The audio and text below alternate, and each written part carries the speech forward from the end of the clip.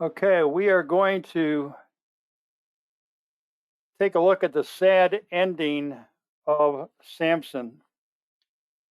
Someone has quipped that King Saul started out well, but ended badly. I think Samson never got off on the right foot in the first place. And we see the last two incidents in his life, both acts of sexual sin and the consequences that came from his actions. So let's dive into chapter 16 together, okay? First of all, in verse 1 and 2, we have Samson and the Gadzite harlot. It says in verse 1, now Samson went to Gaza.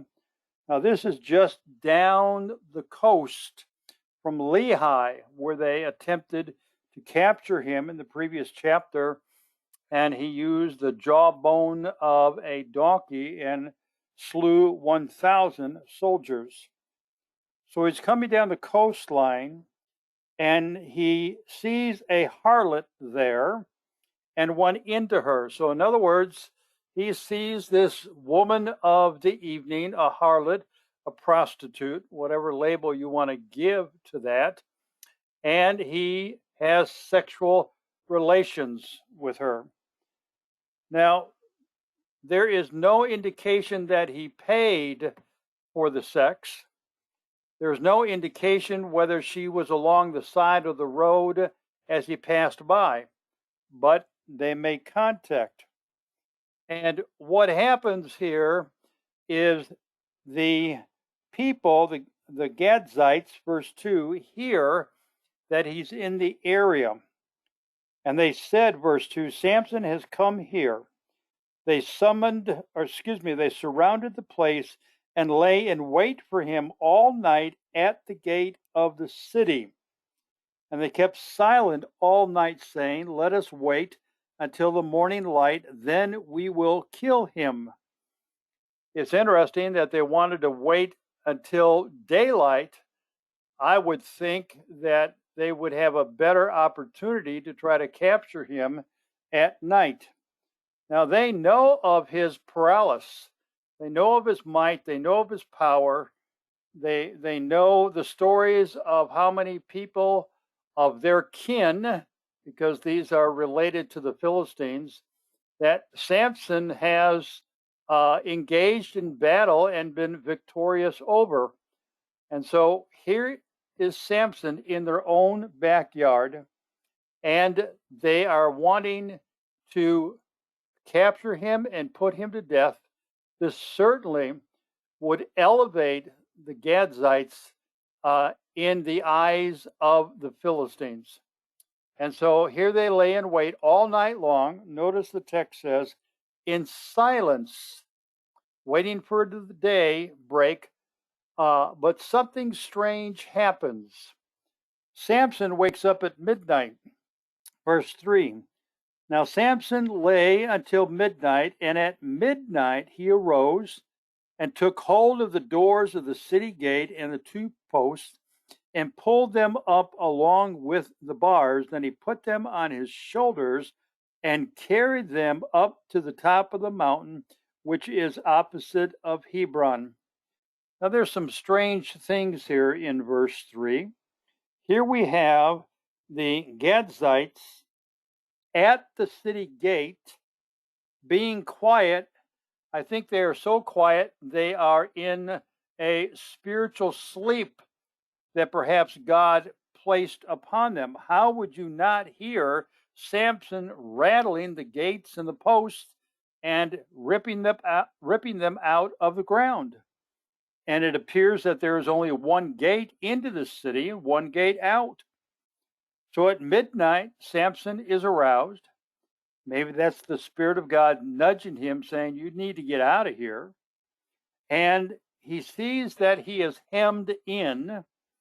So with his brute strength, he lays hold of the city gates and the two posts that they were on, pulls them up along with the bar out of the ground, hoists them on his shoulders, and then trucks up a mountain which is opposite of Hebron. Talk about brute strength. Talk about unusual strength that Samson had. We see it here in verse 3. Well, now Samson, verse 4, meets the Philistine woman Delilah. After this, it came about that he loved a woman in the valley of Sorek, whose name was Delilah. Now it's interesting that it's not recorded that he loved the harlot. So this was simply a sexual gratification that he wanted to satisfy. I believe when he got married, it is recorded of him that he loved her. And I'm looking back at that passage now, trying to scan for that. It might simply have said that she looks good to me. So if that's the case, this is the first and only time he pledges love to a foreign woman. And we're going to see how this continues to take root in his life, because he will mock God here verbally in a few minutes. Now the Lord of the Philistines, verse 5, came up to her and said to her, entice him and see where his great strength lies, and how we may overpower him, that we may bind him to afflict him. So they don't want to kill Samson, but they want to mock him.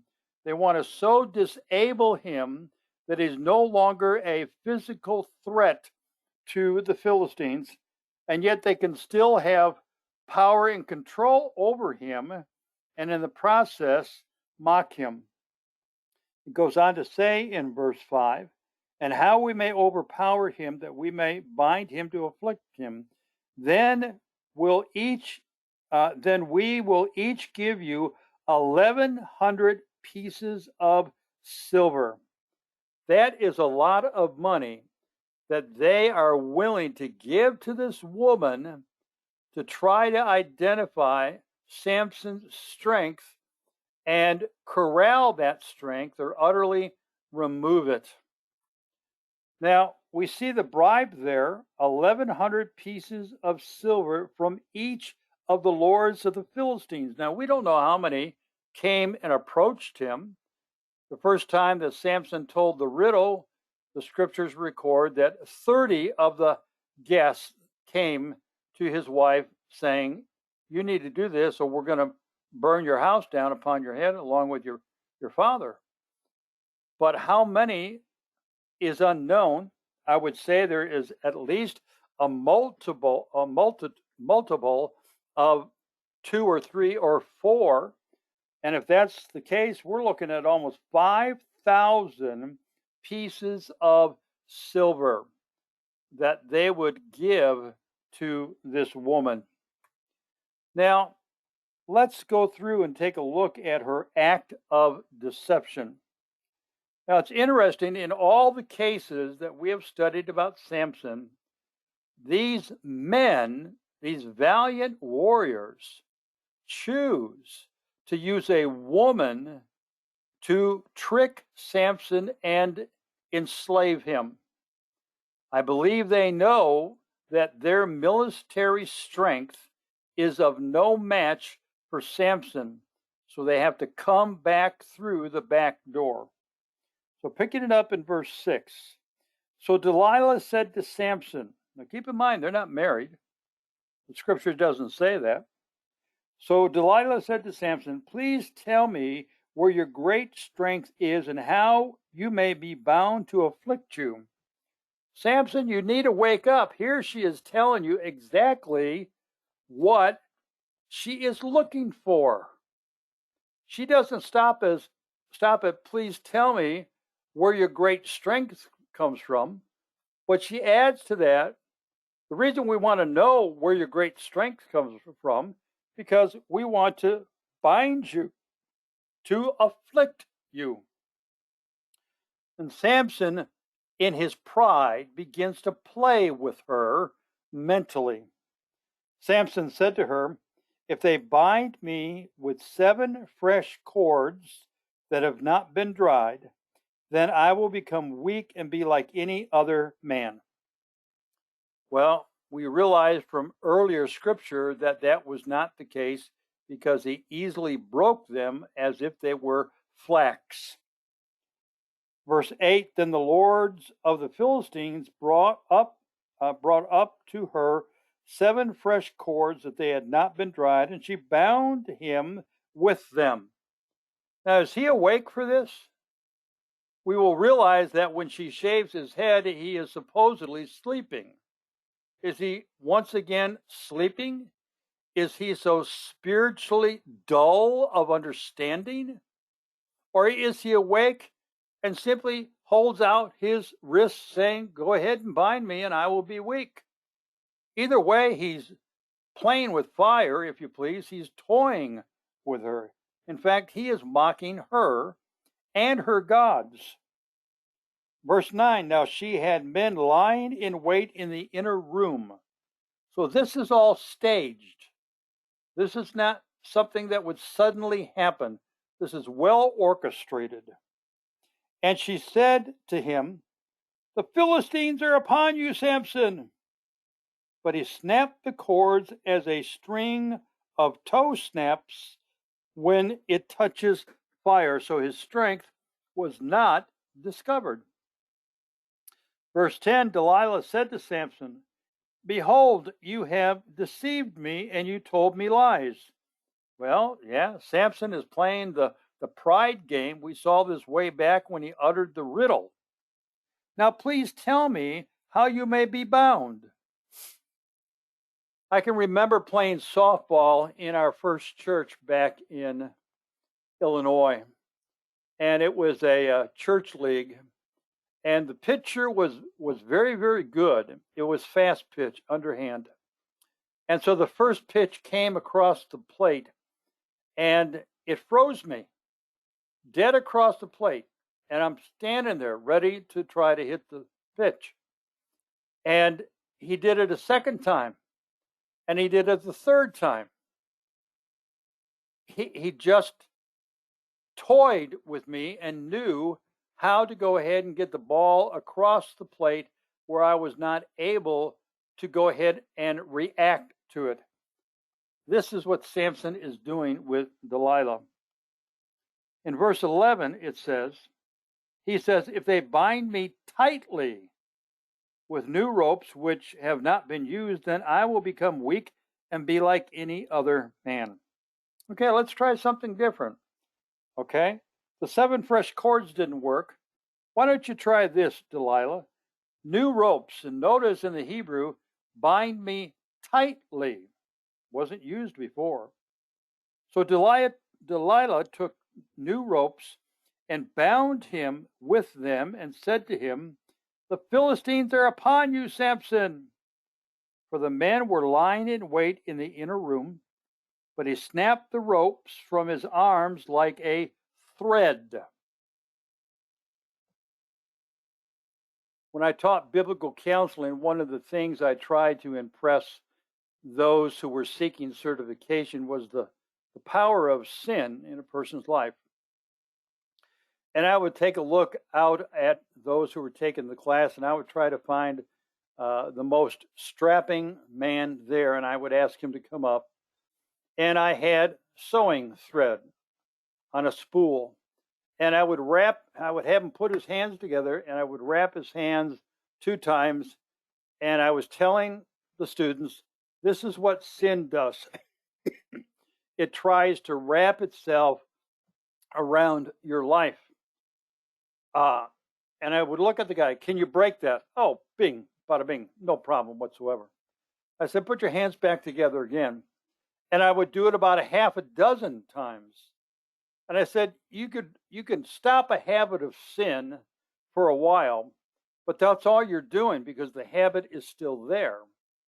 And so now this man has got sin symbolically wrapped around his hands at least a half a dozen times. And I would tell him, "Can you break it?"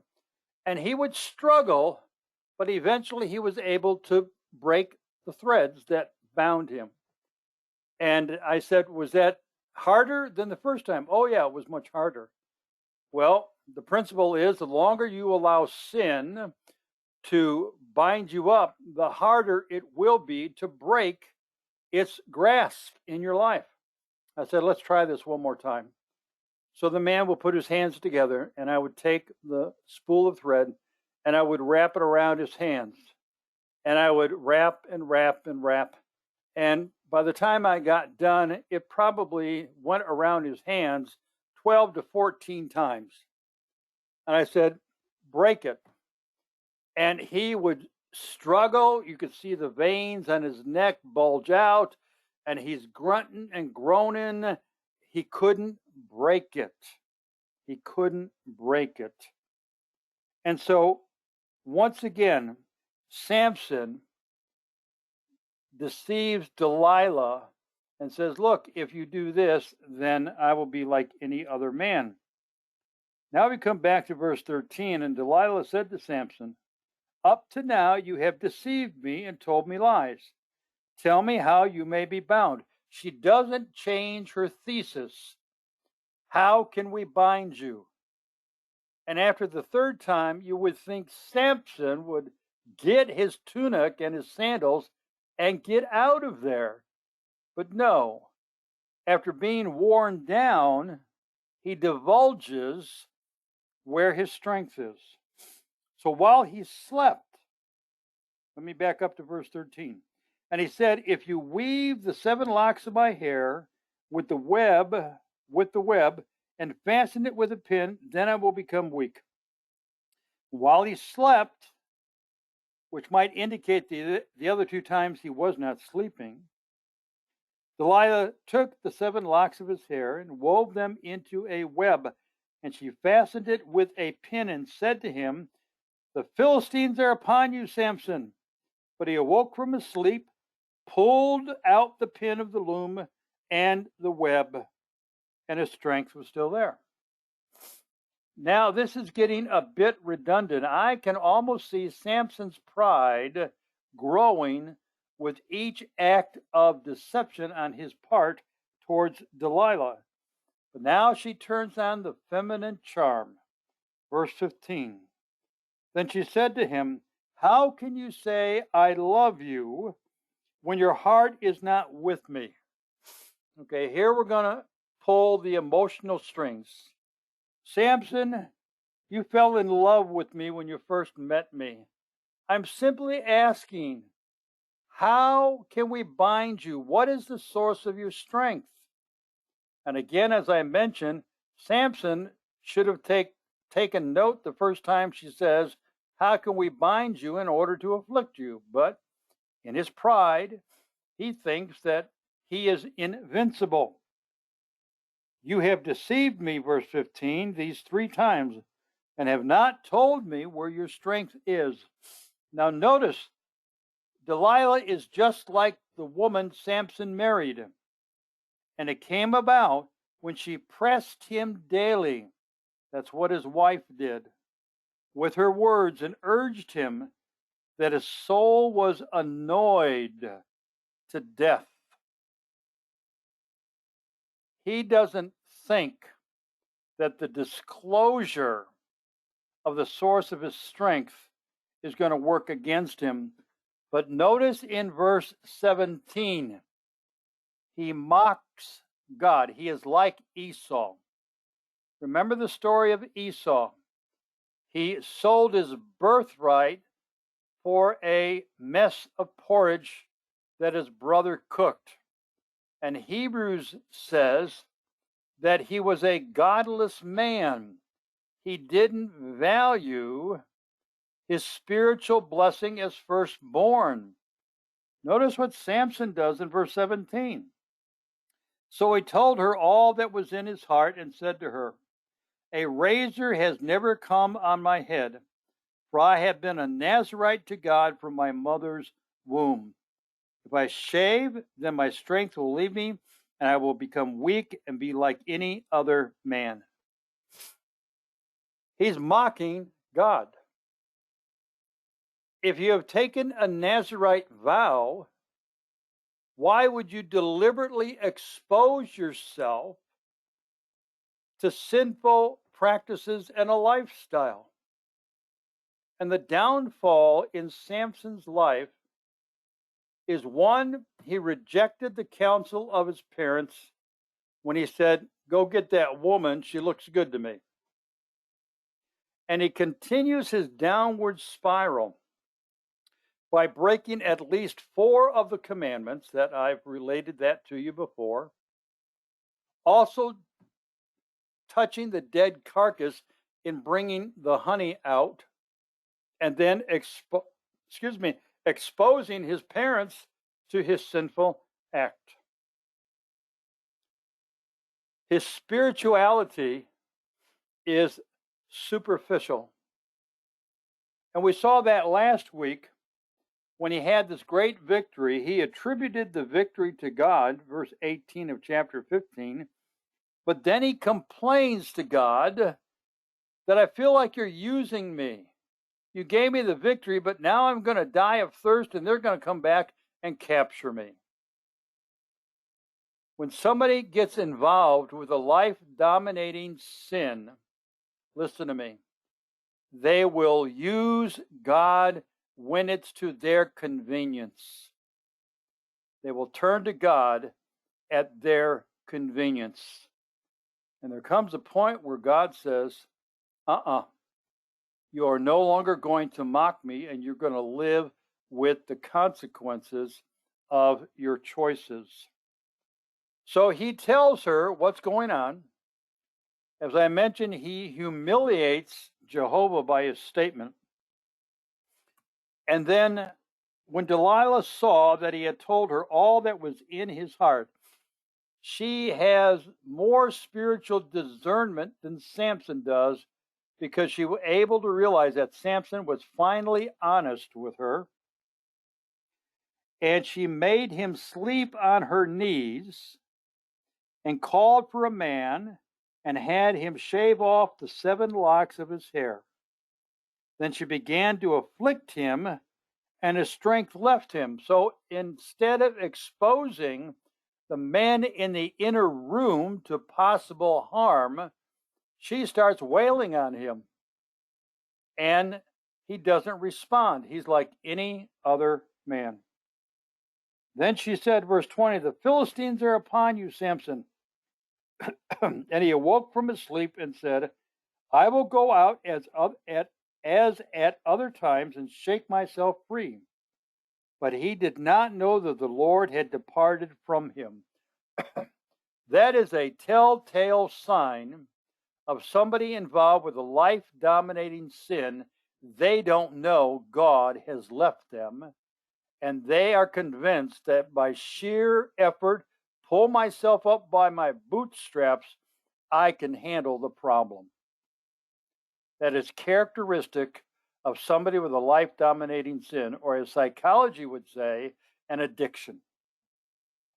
The Philistine seized him, verse 21, gouge out his eyes. This is a deliberate act to make him blind so he cannot see what he can possibly do as far as destructive harm. And they brought him down to Gaza and bound him with bronze chains, and he was a grinder in the prison. So he has been reduced from a mighty man of God down to an oxen on the millstone, hour after hour, grinding out the grain. Now, verse 22 is interesting. However, the hair of his head began to grow after it was shaved off. Now, the lords of the Philistines assembled to offer a great sacrifice to Dagon, their god, and to rejoice, for they said, our God has given Samson, our enemy, into our hands. When the people saw him, they praised their God, for they said, our God has given our enemy into our hands, even the destroyer of our country, who has slain many of us. And it so happened that when they were in high spirits, that they said, "Call for Samson, that he may amuse us." So they called for Samson from the prison, and he entertained them. Not quite sure exactly what he did. And they made him stand between the pillars. Now this was a large structure to Dagon, many different pillars, but they stationed him evidently between the two major support pillars. And Samson said to the boy who was holding his hand, because he's blind, he has to be led around, "Let me feel the pillars on which the house rests, that I may lean against them." Now, the house was full of men and women and all the lords of the Philistines, and about 3,000 men and women were on the roof looking on while Samson was amusing them. Then Samson called to the Lord and said, "O Lord God, please remember me and please strengthen me just this time, O God, that I may at once be avenged of the Philistines for my 2 eyes." Now I pause here and question Samson's motivation. It is not for the glory of God. It is not for the holiness of God. It is not to attack the enemies of God. It's because they blinded him. Now, God acquiesces and will grant him one final unusual act of strength. Verse 29, Samson grasped the 2 middle pillars on which the house rested, braced himself against them, the one with his right and the one with his left, and Samson said, "Let me die with the Philistines." And he bent with all his might, so that the house fell on the lords and all the people who were in it. So the dead whom he killed at his death were more than those whom he killed in his life. That was 3,000 according to verse 27. Then his brothers and his father's household came down, took him, brought him up, and buried him between Zorah and Eshtaol in the tomb of Manoah his father. Thus he judged Israel 20 years. A very sad ending to someone who could have been used more mightily, but because of his sexual addiction, because of this life-dominating sin, he cut short, if you please, the effective power of his ministry. If you go back to Judges chapter 5, and let's remind ourselves, "For behold," the angel talking to his mother, "behold, you shall conceive and give birth to a son, and no razor shall come upon his head, for the boy shall be a Nazarite to God from the womb, and he shall begin to deliver Israel from the hands of the Philistines."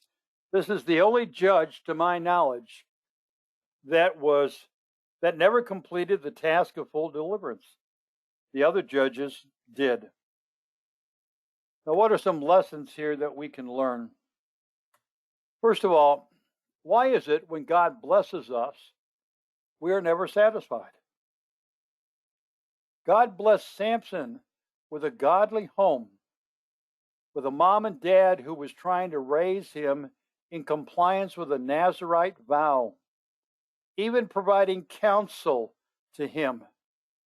And even when God blessed him with different victories, he was never satisfied. His eye always wandered because it was fueled by his sexual lust. You find this with people with life-dominating sins, whatever it might be: alcohol, drug addiction, gambling, spendaholics, whatever it might be. God blesses them, but they're not satisfied. God rescues them, but they're not satisfied. They, as a rule, return like a pig does to the trough, like a dog does to the vomit. Why is it that a Christian can speak biblical words and yet mock the one he or she speaks of? That's what Samson did. Here he is lying between the sheets with Delilah, toying with her mentally, playing mind games with her.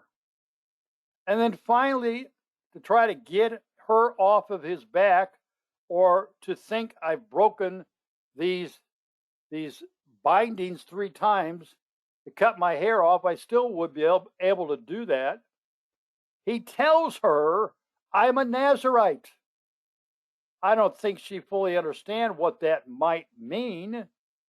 And likewise, Samson does not understand what it means.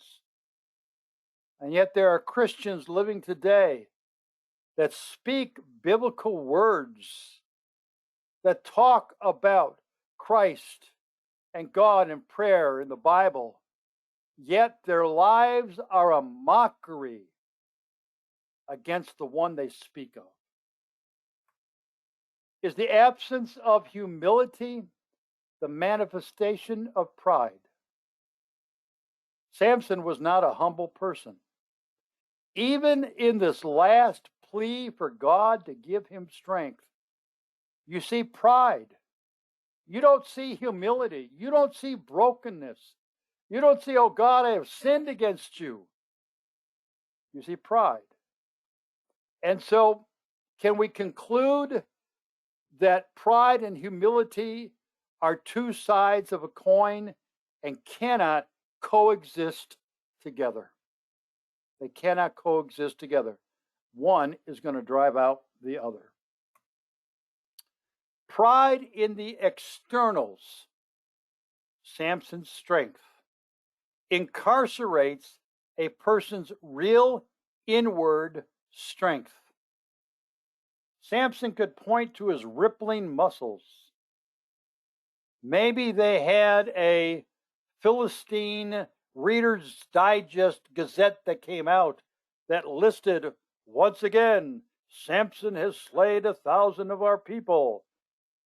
He was well known for his power and for his strength and for his brutality. And he focused in on the external. And he hid the real inward strength that God gave to him when he was obedient, listen to me, when he was obedient to his vow. That's very, very important, beloved. And then finally, oftentimes there is a high personal cost to pay for rebellion. And at times, the payment comes due near the end of life. Samson did not pay any price for his rebellion that is recorded in Scripture until he was captured and his eyes were gouged out and he was confined like an animal. And that's the last image you have of Samson pushing a large handle on a wheel that was grinding wheat. His life had been reduced to being an animal. Now remember that his life got reduced to isolation when he went ahead and destroyed some of the Philistines after what they did to his wife's house and to her parents. Many times, the harvest does not come in until later on in life. And the danger is that people don't see the weeds that are growing in their life. And they are either too lazy or too proud to pluck those weeds out. And they think, I'm strong enough, I can handle it. I've had people tell me in counseling, after I lay out for them, you continue down this pathway, here are some potential things that might take place in your life. I'll handle it when it comes. I'll handle it when it comes. And I often would tell them, you will be in no position to handle anything when it comes because you will not be able to bear it. This is a very sobering lesson here that many Christians need to learn, let alone the unbeliever. Now, I'm going to raise a hypothetical question to you. And the hypothetical question is this. Hey, Miss Davis, how are you? And there's my friend Jeanette. I want to make sure I got everything. And there's Linda. Okay. Here's the question for us, okay? Samson says that his strength came from not cutting his hair. Really? What do you think? Was Samson's strength related to his Goldilocks hairdo? And as long as he didn't shave his head, he would be strong? I don't think so. No. Okay, why not, Sue? You said no, right? His strength came from God. Prove it. Prove it. Because in the end, the last thing, God granted him one last power to bring down the building, I think. Okay, all right. But I don't know, but that's...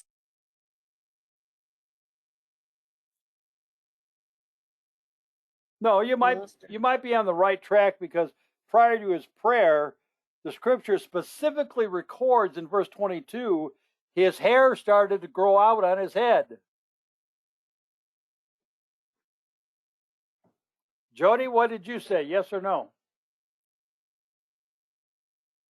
Oh, I said no. I said his strength came from God. Absolutely. Then why? He might have channeled it into his... My thing is... Okay, let me ask you a question, Jody. Let me ask you a question. What made it so important in the Nazirite vow not to shave the head, if that's not where the power's at?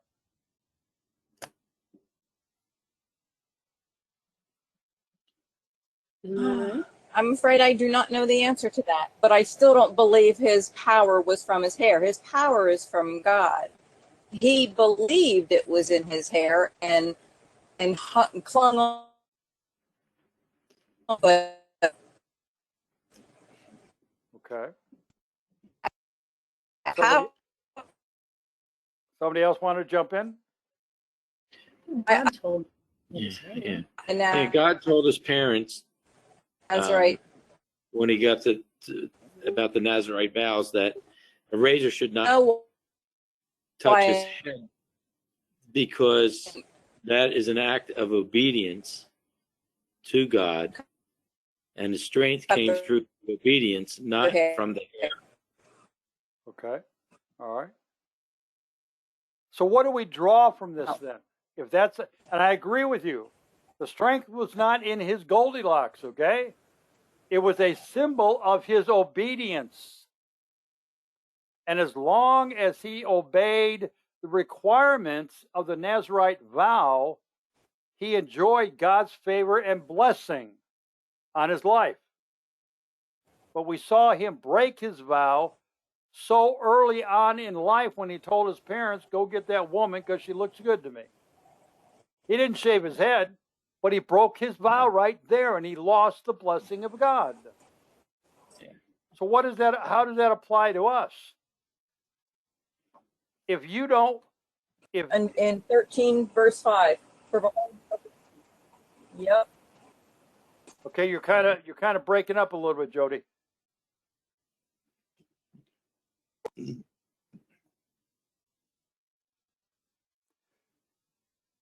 When God showed... So are you. I'm sorry. So say it again. If you don't what?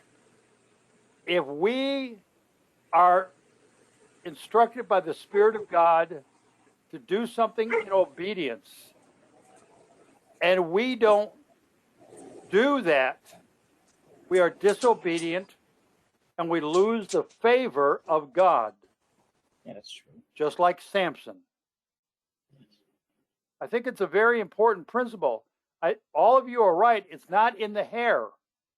It's the fact of his obedience to keep the vow, which he did not do. On several occasions, the hair was the final straw. That's true. Okay? And he continued to lose the favor. Yes, he did, Jody. Yes. Samson is one of the Okay. Yes. Samson is one of the saddest judges in the book of Judges. I mean, his life is an utter disappointment from a human perspective. However, there are tremendous lessons that we can learn from his life so we don't repeat the same mistakes.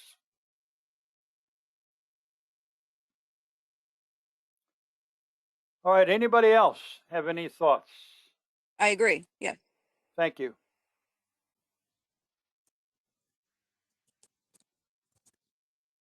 Anybody else?